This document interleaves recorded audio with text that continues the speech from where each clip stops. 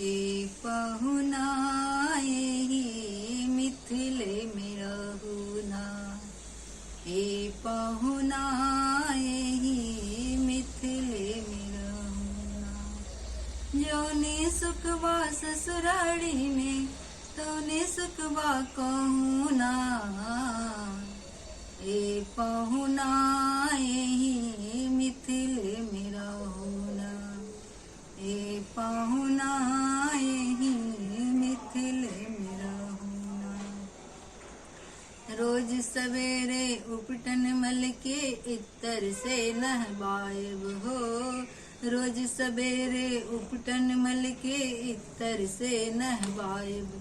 एक महीना के भीतर कड़िया से गोर बनाएब, एक महीना के भीतर कड़िया से गोर बनाएब। झूठ कहत ना मानी तनको, झूठ कहत ना मानी तनको, बस मौका एगो देहु ना,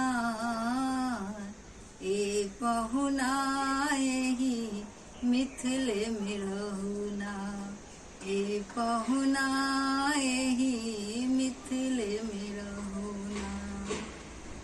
नित नवीन मन भावन व्यंजन पर सब कंचन थारी हो, नित नवीन मन भावन व्यंजन पर सब कंचन थारी। स्वाद भूख बढ़ जायत सुन साली सरहज के गाड़ी, अरे स्वाद भूख बढ़ जायत सुन साली सरहज के गाड़ी। बीच बीच में करब नहीं हो रहा, बीच बीच में करब नहीं हो रहा, तनी और कुछ लेहु ना, ए पहुना एहि मिथिले में रहुना, ए पहुना एहि मिथिले में रहुना। कमला बिमला दूधमती में झिझरी रोज खिलाएब हो, कमला बिमला दूधमती में झिझरी रोज खिलाएब।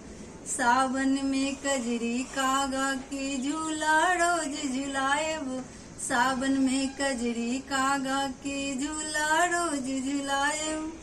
पवन देव से करब चिरौरी, ओ पवन देव से करब चिरौरी, तनि हौले हौले बहुना,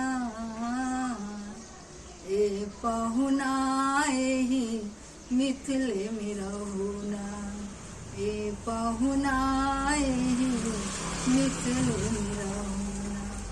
जौने सुखबा ससुरारी में, जौने सुखबा ससुरारी में, तौने सुखबा कहूना, ए पहुना एहि मिथिले में रहुना।